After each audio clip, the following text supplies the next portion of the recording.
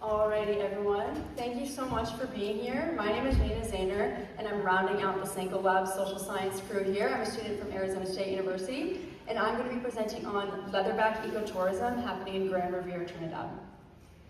Before we begin, I want to thank all of my co-authors and my advising community at ASU, and especially the community of Grande, Riviere, Trinidad. Grande Riviere, Trinidad is a 1-kilometer beach on the northeast corner. This beach is one of the most important nesting beaches for leatherbacks. It is the densest nesting beach in the world. This 1-kilometer beach has hundreds of mothers coming every single night from March to September to lay their eggs. All of these mothers means hundreds and thousands of babies coming as well, which makes it an excellent place for leatherback ecotourism. The Grande Riviere Nature Tour Guide Association is making this ecotourism happen through something called a leatherback observation tour. Local community members take visitors onto the beach in a 90-minute observation tour where visitors get to be just a foot or two away, just like you can see in this photo. Not only are the locals teaching them about the ecological processes of the turtles, but they're teaching them about conservation and how they can get involved. There's been tons of literature already published on the importance of ecotourism and the benefits not only for the animals themselves, but for the communities sustaining this ecotourism. But I was super interested in the benefits for the tourists themselves. How does going and seeing an endangered animal up close and personal change someone's conservation attitudes? You guys have all probably heard the quote, one of the best ways to learn about something is seeing it up close and personal. And so the opportunity to go onto the beach, seeing these endangered species in their natural habitat just helps cement that information in their heads.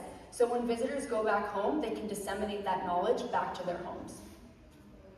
And lastly, I want to once again emphasize this was done in collaboration with the Grande Riviere community. I wanted to gather information that wasn't only helpful for the leatherback community as a whole, but supported the community itself.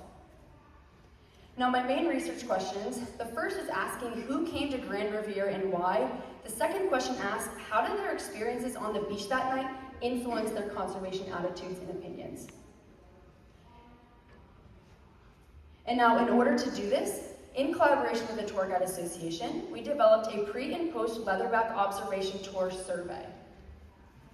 This survey used a mixed method approach using open and closed-ended questions, all distributed on paper like you can see in this photo here, that took 8 to 10 minutes to complete. And in the 5 weeks that we were there, we were able to collect about 400 surveys, 80 of which we were able to link using a non-identifiable repeatable code. All of the information and the quotes you're going to see the rest of this presentation come from those 80 linked surveys. So when answering the question, who came to Grande Riviere, we were able to say that 60% of our respondents were Trinidadian or from Tobago.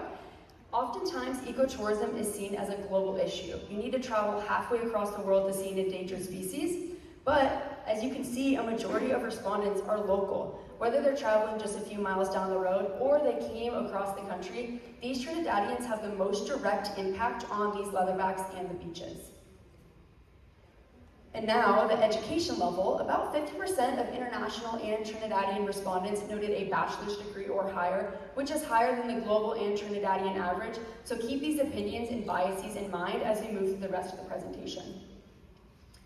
When answering the question, have you seen a sea turtle in the wild or captivity, 69% of people noted that they had, while only 36% of people said that they had been to that specific beach and seen a leatherback. So a lot of people are coming to Grande Riviere to see a leatherback for the very first time.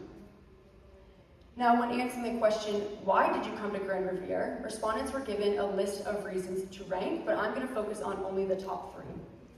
The number 1 response given was seeking out a relaxing nature experience, having a general interest in sea turtles, and experiencing the local culture.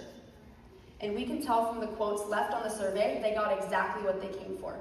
One visitor noted they felt calming while watching the egg-laying process. Another visitor said they had a deeper understanding of the turtles in their life history. And lastly, one visitor said they felt a sense of pride in the role that Trinidad plays in leatherback conservation. So we know these visitors got what they came for. Not only did they get what they came for, they left with a newfound knowledge of leatherback conservation. My research team and I were interested in these conservation implications. So we wanted to know, how did their experience affect them?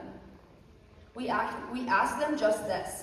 When asked about their experience on the beach that night, a majority of respondents said that it greatly increased the extent that they cared about leatherback conservation. One visitor even went as far to say that it topped anything they could have read about online, emphasizing that experiences like this, getting people into the field, is super important to cement these conservation knowledge. Now, when asked their intent to act on the pre- and post-tour survey, the y-axis shows a series of behaviors they were asked to rank, and the x-axis shows the average change from respondents from the pre to the post. While these numbers may seem small, I want to emphasize that a 10% increase in a 90-minute period is huge. And surprisingly, not surprisingly, the most important or the biggest change was teaching others about leatherback conservation. Getting people into the field excites them. When asked about the cost of their experience, about 70% of visitors said that they would be willing to pay more. Of those willing to pay more, Trinidadians were willing to pay up to 100% more, while international visitors were willing to pay up to 50% more on average. Not only will this money directly benefit the leatherbacks on Grande Riviere, but it will directly impact the community that is relying on this ecotourism. So some key takeaways: ecotourism is important and a versatile conservation tool. Ecotourists are also highly motivated, as we know from the intent to act question, to become more involved in leatherback conservation. But as of right now, in the Grande Riviere community, there's no way for this to happen. So we're working with our local partners to develop a way to keep people involved, not just only on the beach, but long after they go home. So what does this all mean? Ecotourism is a booming industry, but we need to pay attention to all of the actors at play here. Not only should we make sure that experiences like these are accessible, but that they are as educational as possible, because the more information we can share helps spread this knowledge of leatherback conservation even farther. One quote that I think perfectly sums this up, left by someone, says that education is key to knowing how humans really are affecting these beautiful, majestic creatures. That's all the time that I have. Thank you once again for being here. If you have any questions about anything I did or did not mention, please let me know.